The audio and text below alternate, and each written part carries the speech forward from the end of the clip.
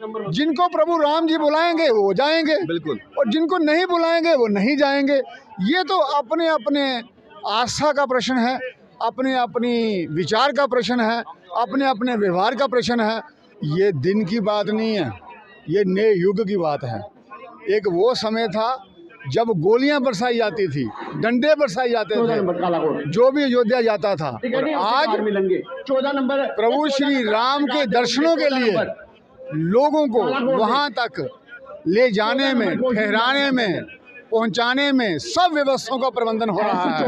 ये है राम युग। लेकिन ये हम लोगों का सौभाग्य है कि हमारे रहते, हमारे जीवन काल में, इस युग में हम पैदा हुए हैं। ये चीज प्राण प्रतिष्ठा से लेकर अभी प्रभु श्री राम जी के दर्शन करवाने का भी हमें सौभाग्य मिल रहा है, करने का भी मिल रहा है। इससे बड़ी बात और आनंद की बात क्या हो सकती है। हमारे साथ पूर्व मेयर जो है राजेंद्र शर्मा जी हैं, और आज एक ऐतिहासिक दिन है।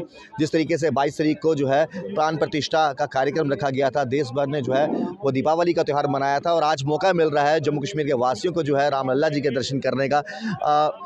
राजेंद्र जी, कैसे देखते हो आज वो दिन है जहां पर इंतज़ार था लोगों का 22 जनवरी से लेकर अभी तक कि कब रामलला जी के दर्शन करेंगे, और मात्र 1500 रुपया खर्च कर आना जाना, टिकट, रहना, सब कुछ बंदोबस्त किया हुआ है। कितना बड़ा दिन मानते हो इन तमाम जम्मू कश्मीर के वासियों के लिए? ये दिन की बात नहीं है, ये नए युग की बात है। एक वो समय था जब गोलियां बरसाई जाती थी, डंडे बरसाए जाते थे, जो भी अयोध्या जाता था। और आज 14 नंबर प्रभु श्री राम के दर्शनों के लिए लोगों को वहां तक ले जाने में, ठहराने में, पहुंचाने में सब व्यवस्थाओं का प्रबंधन हो रहा है। ये है राम युग, ये है सतयुग जिसको हम कहते हैं। ये सिर्फ सोच की बात होती है। जब सद्बुद्धि होगी, प्रभु श्री राम जी के चरणों में आस्था होगी, और जब मदबुद्धि होगी तो भक्तों पे लाठियां और गोलियां चलाई जाएंगी। और आज सभी लोग आप देख रहे हैं कि इस खुशनुमा माहौल में प्रभु श्री राम जी के दर्शन करने के लिए जा रहे हैं, और हम सब उनको ये प्रार्थना कर रहे हैं कि आपका स्वर्ग में ही जीवन आगे हो। उसके लिए हम कामना करते हैं, और उसके लिए हम इन सबको सहयोग कर रहे हैं। आज 1525 लोगों का, ये श्रद्धालुओं का जत्था वहाँ जा रहा है, और वहाँ जाके दर्शन करेगा, रुकेगा, ठहरेगा, सरयू नदी में स्नान करेगा, और अपना जीवन, अपने परिवार का जीवन, अपने देश का जीवन और अपने मोहल्ले का जीवन को संभालेगा, और उसके लिए अच्छी कामना का वहाँ विचार भी रखेगा। आदरणीय प्रधानमंत्री मोदी जी की बात करें, उन्होंने पूरे देश को न्योता दिया, उसमें कांग्रेस भी आती थी। आखिरकार आपको लगता है जहां धर्म के कार्य हो वहां पर सियासत का कोई लेना देना नहीं होना चाहिए? देखो, मैं इसमें पार्टीबाजी में नहीं जाना चाहूँगा, लेकिन ये है कि उन्होंने सभी को न्योता दिया।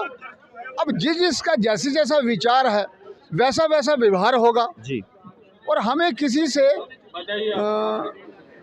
विरोधाभास नहीं होना चाहिए। आपने आह्वान किया, जिनको प्रभु राम जी बुलाएंगे वो जाएंगे, बिल्कुल, और जिनको नहीं बुलाएंगे वो नहीं जाएंगे। ये तो अपने अपने आस्था का प्रश्न है, अपने अपनी विचार का प्रश्न है, अपने अपने व्यवहार का प्रश्न है।